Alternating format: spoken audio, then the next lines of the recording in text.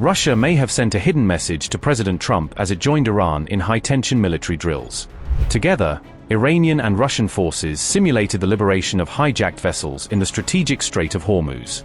With Khamenei and Putin's troops training side by side, the maneuvers looked like a rehearsal for war, just as Trump readies the US military for battle. It's not only American warships in Iran's sights now, even US fighter jets are being closely watched.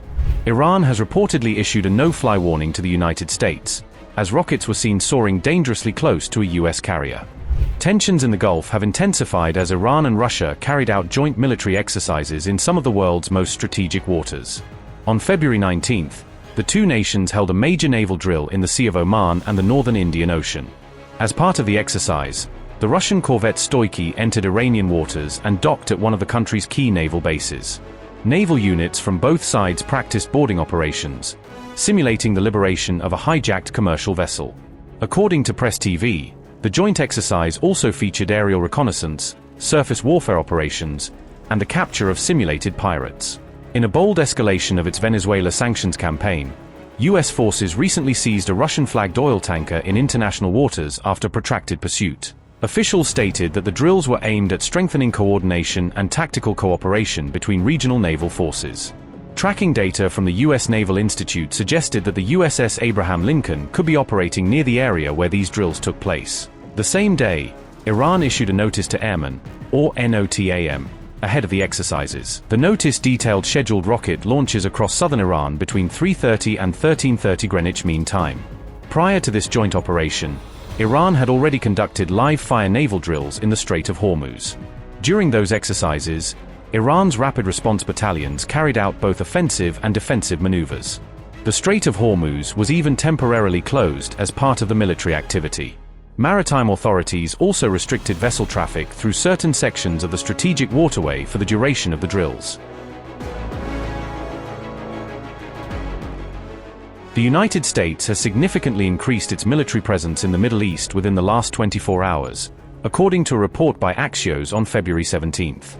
Over 50 US fighter jets, including advanced F-35s, F-22s, and F-16s, have reportedly been deployed to various bases across the region. The aircraft carrier USS Abraham Lincoln is already stationed in Middle Eastern waters, while the USS Gerald R. Ford is currently en route to the Gulf. With a military buildup that mirrors the scale of the 2003 Iraq invasion, fears of a potential US strike on Iran are rapidly intensifying. Reports suggest that President Trump has been briefed on a range of strike options and could authorize an attack as early as February 21st. In response, Iran has vowed to retaliate decisively, warning that any assault would trigger strikes on US interests throughout the region. Tensions have soared further as 2 rounds of nuclear talks between Washington and Tehran ended without any breakthrough.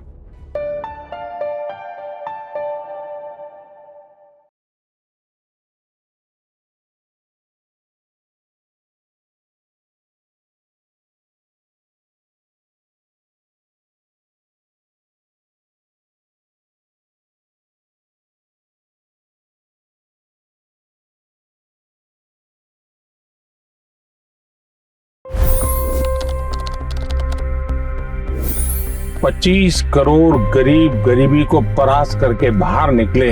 For the good of our nation, let's work together and let's truly make America great again.